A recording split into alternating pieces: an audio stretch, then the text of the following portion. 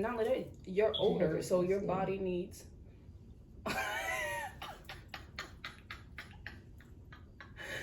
saying your elasticity. My elasticity is good. So what?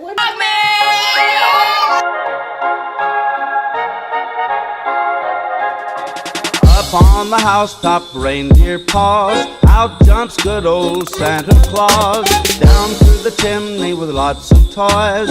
All for the little ones' Christmas joys. Ho, ho, ho, who wouldn't know? Hey, best friends. Yeah. So we are back with another video. What is this video? Vlogmas. This is an Instagram Q&A video. I asked you guys on my Instagram page, as well as Javon's Instagram page, to ask us some questions, and I got them. So I picked, a lot of the questions was repeat questions. Like, a lot of them were repeat questions. So I'm only going to do, like, one. What? Does that make sense? You mean like one question? So I asked to answer the question one time, I mean. Oh, question. That's what I'm trying to say. Oh. Okay, so if it's repeat questions of the same one. Yeah, it's like the same questions, but it's just like worded differently. But in my opinion, it's just the same question. Yeah. It's just worded differently. Okay, so the first question, well, not the first question, but one of the questions we got was, are y'all doing Vlogmas? Vlogmas! Yes, this is Vlogmas. This is what we asked the questions for so that we can do a vlog, a video outside of regular vlogging. Right. So yes. And that's my girl asked that question too. I love her. Who is that? I'm not saying that name. Okay, so another question we got is, look, I have been asking since Bragg, when are y'all doing a meet and greet? Well, we're still at Bragg, so there's that. Meet and greet.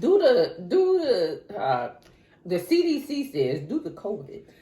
I don't really feel like we have enough supporters yet to do a meet and greet. I mean, no, because I really feel like whether your village is small or whether your village is large, you show up for your people. So I'm not going to say that, but I honestly didn't think anybody would be interested in a meet and greet with little. I mean, if enough people, I don't even want to say enough people because I'm fine with meeting 3 people. Chantelle Shy. I'm not shy. Yes, she is. I'm not shy. I'm awkward. Okay. People see me and they be like, good morning. I'll be like, I'm fine. How are you? And they just look at me like, what? The next question we got is, any tips for starting a small business? Okay, so as far as tips for starting a small business, I would figure out what your niche is. Always and then of course there's always going to be somebody doing something that you're doing. So figure out what sets you apart from other people. That's number 1. Number 2 is never stop rebranding. People be like, oh, don't rebrand too much. No, keep on rebranding until you get the look that you want. And then also know that it is okay to start small and work your way up. You don't have to go all in or into debt trying to start a small business. Always try to find resources and then more resources again. There's so many different like AliExpress, Alibaba, places that you can get stuff for a really, really good price. So that way you can see a even better profit. And lastly, use social media to your advantage. I feel like no business is successful without social media in this day and age. So just keep on posting. Whether you get 0 likes, 2 likes, 1,000 likes, keep posting. Never be afraid to post because there is somebody out there that is watching your brand that will support you. So those are my tips for starting small businesses. Are y'all planning on more kids? Hell no. Hell no. Hell no. I'm old. First of all. But we have discussed this. If there is another child to be added on with the Bowser name inside of our house, it will be adopted. Yeah. And it will be a middle they. Hey, what's your pronouns? They will be adopted and they will be between middle school and early high school. Right. Basically the children that we feel like not everybody wants. That has always been something that I've told Chantelle that I want to at some point adopt a child. Well, and, that we have shared with each other because I'm yeah. And then that has always been something of mine. I'll say even before I met you is that I always want to adopt. You had no life before you met. Anyway, I always wanted to adopt a child, and I always wanted to be either someone, you know, in 8th, 9th grade or whatever, because some people struggle through their high school years, and those high school years are very important in the development of who you are going to be. And it's funny that question was even asked because I was literally just thinking about actually bringing this up to Javon, actually like looking into maybe fostering a child or something like that. Yeah. But see, my thing is that I grow attached to things very easily, things that I feel like are broken because I'm a fixer, and then next thing you know, we have 1,000 kids inside of our house and we can't function. Like, I'm the type of person that goes to a dog pound and I just walk down the aisles crying, I want to take them all home. So yeah, I have to get, it's up in here. I got to get up in here right first. How do you manage both work life and home life? Jeez. I'm going to take a drink of this bubbly, sparkling water. So, to be completely honest, we do have a village. Like, it's not just Javon and I struggling to take care of the twins. We have a village. My mom and my sister, Temple, are a lot of help. Like, my brothers and sisters, period, but, like, if I have to pick the top two, my mom and my sister. Yeah. So, Javon and I currently both work from home. And while we're working, our kids go to my mom's house Monday through Friday from like 9:30, 10. Well, due to COVID. Yeah, due to COVID. If not, they would be in school. So like 9:30 and 10 to about 4 or 5 o'clock in the afternoon, and then they come home, and then it's just us. So it's super easy. I mean, I'm not gonna say it's easy. There are stressors. We do get curveballs every now and again, but for the most part, it hasn't been a true struggle. So there are times when, and it'll probably get back to that, especially in January when I'm gone for 3 weeks. But since I'm in the military, I travel, and I'm in the reserve. I travel and I'm in classes and so on and so forth due to my position an awful lot. And at some point in time, Chantelle was here with the kids by herself doing it. And it's like she has a routine that she would do. So when I would call her, you know, she would have the routine with the kids. And then when I come back home, I try to keep the same routine, but sometimes they would just gravitate toward me because I've been gone for a week or 2 weeks, and it would throw them off, and then she would fuss at me, and then we would get back on our routine that we have together with them or whatnot. So just even like when it comes to working, like if Chantelle has a client and they would have to go to school, then I would take them to school in the morning time, and if I was doing something in the afternoon or had a later date, and Chantelle would leave and go and pick them up for school or so on and so forth. So basically, we would just alternate shifts when we have to, when we don't have a sitter or they are not in school. So if I already have clients, of course, I can't cancel a client versus Javon having to do computer work. So while I'm working and doing my clients, she'll keep the kids. And then later on that night when I'm off of work, we'll switch and I'll get the kids and she'll be able to do her computer work. Right, because or, you know, so stuff like that. Yeah. Or if she has a doctor's appointment while I have a client, I'll just rearrange that client because, of course, her doctor's appointment is more important than my client, especially when you're working with the VA and it takes forever to get an appointment and stuff like that. So basically, that's how we balance work and home. We alternate schedules when we have to, and if we don't have to, my mom has them, my sister has them. We have a village. Okay, so the next question is, how do you make time for spirituality and meditation with toddler twins and a young child? Toddler twins and we only have 2 kids. We only got 2 kids, unless she's talking about Temple, but Temple's not a younger child. Temple's our little sister, my little sister by blood. Our little sister, but we do financially provide for her 90% of the time. A lot. But so we only have, so to answer that question first, we only have 2, and those are the twin toddlers. And Paige. How and the question was, how do you make time for spirituality and meditation? Okay, so when it comes to like meditation and stuff like that, that's more so my area. I don't know what this little demon over here does. I do yoga at night, boo.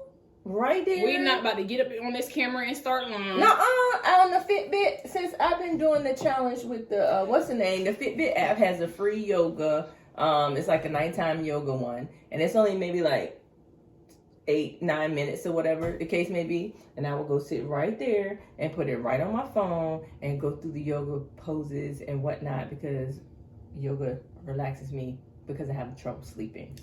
So as far as spirituality and meditation, I feel like spirituality is not a thing that I have to make time for. It's just in me. It doesn't matter if I'm walking through my house and having a bad day and then my mood starts to change. I'll be like, you know what?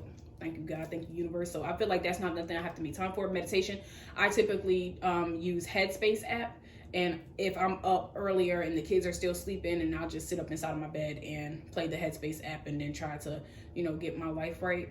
But other than that, that's the quick answer, is early in the morning when they're asleep, or if I'm too before I go flustered late at night before I go to sleep. Yeah, before I go to sleep, like if you go on or in a hot tub in a bath, like a bubble bath. I'll take a bubble bath and she got wine and all that other stuff in it. Mm-hmm. I'll put my AirPods in, and then if you go on YouTube, it's a lot of meditation, relaxation, help you get into a deep sleep or whatnot, hypnosis or whatever it is on YouTube with millions of views, and I just put them in my ears and try to relax. Okay, so the next question is, did you both save a lot before having kids, or were you both financially stable beforehand?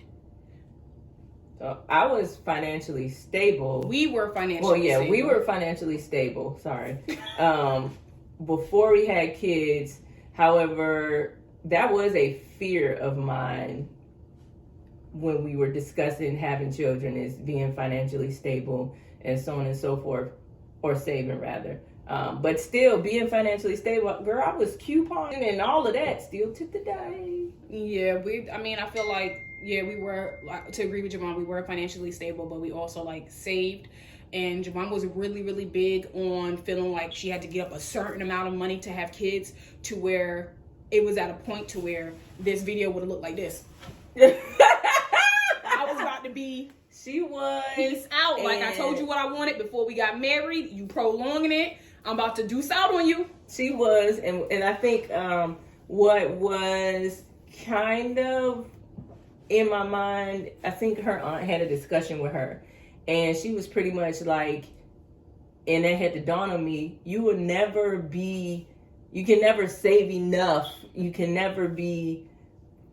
There's no such thing as a certain amount of money enough for a kid to have a child. Because a kid doesn't come out thinking like, oh my gosh, my mom saved enough for me to be here. A kid comes out loving you, and no matter what situation you in. And then also my aunt had a conversation with us, and she was like, look, Telly, you can't force Javon to be ready for something that you're not ready for. And Javon was like, amen. And my aunt said, and Javon, you can't expect her to sit around and wait. And I really felt like that put things in both perspective for Javon and I, which made me realize that I was no longer ready to wait, and Javon was realizing like I can't make her continue to wait. And then we just went on this romantic, and it's so crazy that we're even doing this vlog right now, because this is around the time where Javon came to me and was like, babe, I'm ready. Our anniversary, and here it is, our anniversary weekend again. So yeah, financially stable, and we saved. Right, the answer to the question. Yeah, it went on to another thing, but that's another story. Yes. Guys. Y'all want a story about the time that I was about to do something on Javon? Let us know down below. And we got a few story times coming. Yes, I was going somewhere. Yeah, we got a few. Just let us know what you want to hear. Right. Okay, this question is for you. How does Jay separate her military life from your YouTube life and other things? They don't know. A lot of people in my unit, they don't know I'm on YouTube, period, at all. I don't discuss it. It's only with certain people may know, but other than that, they don't know. The thing is, the military has a social media policy, and there are things that we can and can't do. But to me, a lot of it is things that we couldn't do beforehand. Like, you can't talk badly about the president. You can talk about issues, political issues, but you can't speak badly about the president. At work, we don't talk political at all, because that's we're not supposed to do that. We can't, any affiliation with any radical racial group or any radical group, period, any gang, any of that stuff. But I'm not affiliated with any of that, so I have to worry about that. But, just disrespectful stuff and so on and so forth. That's why they came up with the social media policy so that we can get in trouble for. But I don't have those issues. That's stuff that I really don't do anyway. It doesn't personally affect me, but there are people who, they get criticized because they are on social media and let's say they're doing something funny and other people have problems with it. But as long as they don't violate the particular policy, it really doesn't matter. So Javon is typically by the book to a T when it comes to the military. This is 24 years. She's by the book to a T. So there's nothing hard. It's not hard for her to separate the two because Javon is the type of person, like, she has one more rank before she hits the top rank inside of her military career. I'm an E8. And she just has to I get boarded for E9 coming up. Yeah. So Javon is very, very thorough when it comes to the military, and she's very by the book. So I don't think it's hard for her at all to separate. She's just like, okay, this is the rules. This is what I'm not going to do. There's no in between. There's no fine line. There's not even a tiptoe on breaking said rules. Like, she's just not going to do. Right. Next question is, how do you balance work, family, self-care, and being a wife? So as far as no, that's for me. I'm a wife. I gotta balance that, and I'm a wife. No. So that's for me. That question is for me. How do I balance work, family, self-care, and being a wife? So I feel like I already told you about work and family. As far as being a wife, I feel like, girl, don't play with me. Do not play with me. She abuses me. I feel like being a wife, I feel like it's thrown in there periodically throughout the day. I'll randomly thrown in there. Like, I'll randomly get up and make Javon and I lunch, or randomly Javon, grab your computer, let's go out to lunch. I know that is one of the things that Javon loves about me is my cooking. So I feel like that kind of goes in it, and then we have our movie time and stuff like that. And she says she loves the ass. So that's how I throw in throughout the day being a wife. Yeah, we'll sit here and watch movies. Yeah. And I'll be working. And I just feel like our little gossip sessions where we, dish out things that's happened today, or things like we've had conversations about with people on the phone and stuff like that. Right. So I feel like that's how we really squeeze in our wife time. And then self-care is probably the most neglected thing inside of my life, only because it's so much. I am a wife, I'm a mom, I'm a business owner, I'm a dog mom. So I just feel like you get your nails done and stuff, though. That's go stressful. Away. Okay, it's not getting my nails done is stressful. Really? You guys, getting my nails done is stressful. I thought that was not stressful. I drive an hour and a half away to get my nails done, and then I'm there for almost 5-6 hours, and then I have to drive an hour and a half back. And if you know me, but you get your eyelashes done. I fall asleep driving. Now, okay, that's probably a little self-care is getting my lashes done, because my girl Kiki do the damn thing, and I be slumped on that table. Really? Just like that. Yes, I be tired. So that's probably. That is stressful. It hurts so bad. It hurts so bad. Why do you guys tell me locks hurt so bad? And you want me to get them? Oh my gosh, you guys. Locks hurt so bad. No, so I feel like, but I don't feel like maintenance is, it can be self-care, but I don't feel like maintenance is always self-care. I feel like self-care is really just having time to yourself, doing all the things that you love and stuff like that. That's not self-care. That's stuff that I need to buy for the house. I need to start making more time for myself. I really don't have a whole lot of self-care things that I do for me. And I got the wrong definition of what the hell self-care is. Honey, I'm gonna put the definition of what self-care is somewhere up here.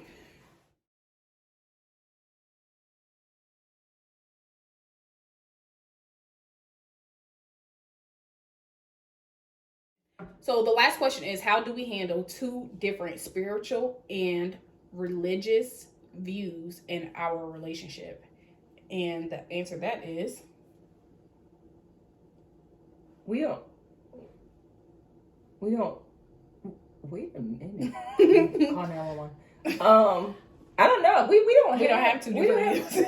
I mean, they might No, we really don't have, because we used to go to church together when we were in DC. Something may differ. Very, like, yeah. I'm more so of a God meets the universe kind of person. I don't get into religion. I know that there is a higher power, whether it be God or the universe, and I just take those two and I make a baby. Right. And so I believe in God, I do, and I also believe in the universe. I believe in a higher power. Right. And me, I believe in religion. I believe in God, religion, but like kind of like a non-denominational. Yeah, I used to go to church with one of my grandmothers. She was Pentecostal. The other one was Baptist. Those are not the same.